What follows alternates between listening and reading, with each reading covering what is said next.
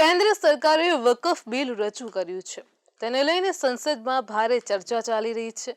લોકસભામાં વકફ સંશોધન ખરડો રજૂ કરી દેવામાં આવ્યો છે. કેન્દ્રીય લઘુમતી કલ્યાણ મંત્રી કિરેન રિજિજુએ રજૂ કર્યો છે. તેમણે આ બિલને મુસ્લિમ સમાજ માટે મહત્વનું ગણાવ્યું છે. અગાઉ ટ્રિપલ તલાક વખતે થયો હતો તેવો જ વિરોધ પણ આ બિલને લઈને થઈ રહ્યો છે. કેટલાયને ખબર નથી કે વકફ એટલે શું. તેથી પહેલા તો તે જાણીએ. વકફ ઇસ્લામિક કાયદા હેઠળ એક એવું દાન છે જેમાં કોઈ સંપત્તિને ધાર્મિક અથવા તો સામાજિક કલ્યાણ માટે સ્થાયી રૂપે સોંપવામાં આવે. સંપત્તિ સામાન્ય રીતે જમીન, ઇમારત અથવા તો અન્ય પ્રકારની સંપત્તિ પણ હોઈ શકે છે જેની માલિકી બદલી શકાતી નથી. તેનું સંચાલન કરવા માટે મુતવલ્લી કે ટ્રસ્ટી નિમવામાં આવે છે જે આ સંપત્તિમાંથી થતી આવકનો નિર્ધારિત હેતુઓ માટે ઉપયોગ કરે છે.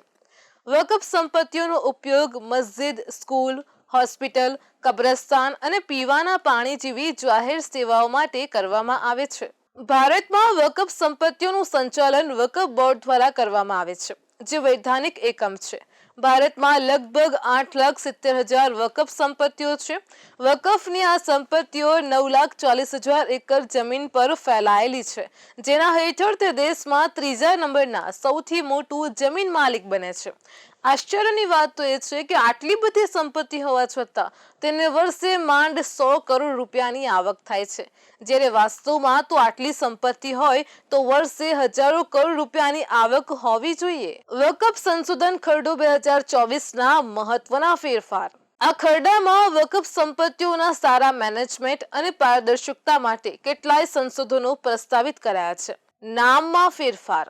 વકફ અધિનિયમ 1995નું નામ બદલીને ઉમ્મીદ એટલે કે unified Waqf management act, empowerment, efficiency and development act 1995 કરવાનો પ્રસ્તાવ. મહિલા અને ગેર મુસ્લિમને પ્રતિનિધિત્વ. વકફ બોર્ડમાં મુસ્લિમ મહિલાઓ અને બિન મુસ્લિમ સભ્યોને સામેલ કરવાનો પ્રસ્તાવ. સરકારી સંપત્તિઓ પર નિયંત્રણ. જો કોઈ સંપત્તિ સરકારની જાહેર થાય છે તો તેને વકફની સંપત્તિ નહીં માનવામાં આવે. પહેલા વકફ ગમે તે સંપત્તિને તેની જાહેર કરે પછી તે તેની થઈ જતી હતી. પછી તે સરકારી પણ કેમ ન હોય. આ ઉપરાંત તે ગમે તે પ્રોપર્ટીને તેની પ્રોપર્ટી હોવાનો દાવો કરે તો તેની થઈ જતી હતી. નવા કાયદા મુજબ તેવું નહીં હોય. આમ કલમ 40 નાબૂદ કરાય છે. વકફ બોર્ડની તપાસ કરવાની સત્તા પર કાપ. હવે વકફ બોર્ડ પાસે તે નક્કી કરવાનો અધિકાર નહીં હોય કે કોઈ સંપત્તિ વકફ હશે કે નહીં. નોંધણીની પ્રક્રિયામાં સુધારો. સંપત્તિઓની નોંધણીની પ્રક્રિયા વધારે સરળ અને પારદર્શક બનાવવામાં આવશે. દેખરેખ અને ઓડિટ. કેન્દ્ર સરકાર વકફ બોર્ડની નાણાકીય લેવડ-દેવડ અને કામકાજની દેખરેખ રાખી શકશે. રાજ્ય સરકાર પ્રાદેશિક વકફ બોર્ડ પર દેખરેખ રાખી શકશે. ગૃહપ્રધાન અમિત શાહે જણાવ્યું હતું કે વકફ બિલ કંઈ એમનેમ લાવ્યા નથી. તેની સામે કુલ 97 લાખ અરજીઓ આવી છે. તેના પગલે અમે આ દિશામાં આગળ વધ્યા છીએ. ગરીબ, મુસ્લિમો અને મહિલાઓ આ બિલના સમર્થનમાં છે. અગાઉ કાશ્મીરમાંથી કલમ 370 દૂર કરાઈ, ટ્રિપલ તલાક દૂર કરાયા અને ત્યારે પણ આવો જ વિરોધ થયો હતો. આજે કાશ્મીર દેશની મુખ્ય ધારા સાથે જોડાયેલું છે અને ટ્રિપલ તલાક દૂર કરાતા મુસ્લિમ મહિલાઓ આઝાદીનો શ્વાસ લેતી થઈ છે. આ જ રીતે વકફના કાયદામાં સુધારાથી ગરીબ મુસ્લિમોને જ ફાયદો થશે. વિપક્ષનો વિરોધ. વિપક્ષ આ બિલના વિરોધમાં છે.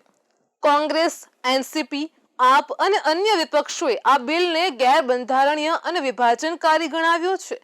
તેમનો આરોપ છે કે સરકારે સંયુક્ત સંસદીય સમિતિ જેપીસીની ભલામણોને અવગણી નાખી છે. કોંગ્રેસના આગેવાન ખલીકુર રહેમાનનું કહેવું છે કે આ બિલ વકફ બોર્ડની સ્વાયત્તતા પર તરાપ છે અને જિલ્લા મેજિસ્ટ્રેટને વધારે સત્તા આપે છે. જ્યારે સમાજવાદી પાર્ટીના વડા અખિલેશ યાદવે જણાવ્યું હતું કે આ બિલથી સરકાર પોતાની નિષ્ફળતાઓને છુપાવવા લાવી છે. તૃણમૂલ કોંગ્રેસના કલ્યાણ બેનર્જીએ જણાવ્યું હતું કે સરકાર એક સમાજને લક્ષ્યાંક બનાવીને તેને હાંસિએ ધકેલી રહી છે. વકફ બિલ આ જ દિશામાં વધુ એક પગલું છે.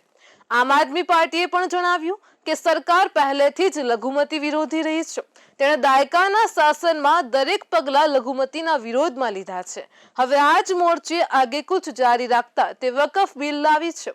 લાલુ પ્રસાદની આરજેડીએ જણાવ્યું હતું કે સરકાર તેના દરેક મુસ્લિમ વિરોધી પગલા દ્વારા હિન્દુત્વની છબી મજબૂત કરવા માંગે છે. આ રીતે તે તેની હિન્દુ વોટ બેંક અકબદ્ધ રાખવા માંગતી હોવાથી આ પગલું લેવામાં આવ્યું છે. વકફનો ઇતિહાસ. વકફનો ઇતિહાસ 1913 થી શરૂ થાય છે. વકફને 1913 પછી કાયદાકીય સ્વરૂપમાં લવાયું અને 1923માં મુસ્લિમ વકફ એક્ટ રજૂ કરાયો હતો. આ કાયદો હિસાબ અને પારદર્શિતા પર ભાર મૂકી પસાર કરાયો હતો. તેના પછી 1930માં મુસ્લિમ વકફ માન્યતા કાયદો ઘડવામાં આવ્યો, જેણે કૌટુંબિક વકફની કાનૂની માન્યતાને મજબૂત બનાવી હતી. આ બિલ કુટુંબ રહેલા વકફ પર ભાર મૂકતા લાવવામાં આવ્યું છે. તેના પછી સ્વતંત્રતા પછી 1954માં પહેલી વખત વકફ કાયદો ઘડવામાં આવ્યો. તે સમયે 1954ના કાયદામાં રાજ્ય વકફ બોર્ડ માટેની પણ જોગવાઈ કરાઈ હતી. 1995માં આ કાયદો વ્યાપક પાયે ઘડવામાં આવ્યો હતો અને ત્યારથી તેમાં અનેક સુધારા કરાયા હતા. ટ્રિબ્યુનલની સૌપ્રથમ વ્યવસ્થા 1995માં કરાઈ અને જેથી કોઈને વકફ બોર્ડનો કોઈ નિર્ણય પસંદ ન આવે અથવા તો પડકારવા માંગે તો ટ્રિબ્યુનલમાં જઈ શકે છે. તે સમયે નક્કી કરાયું હતું કે જો મિલકતમાંથી આવક કોઈ સમયે 5 લાખ રૂપિયાથી વધુ હોય તો સરકાર તેમના માટે એક્ઝિક્યુટિવ અધિકારીઓની નિમણૂક કરશે.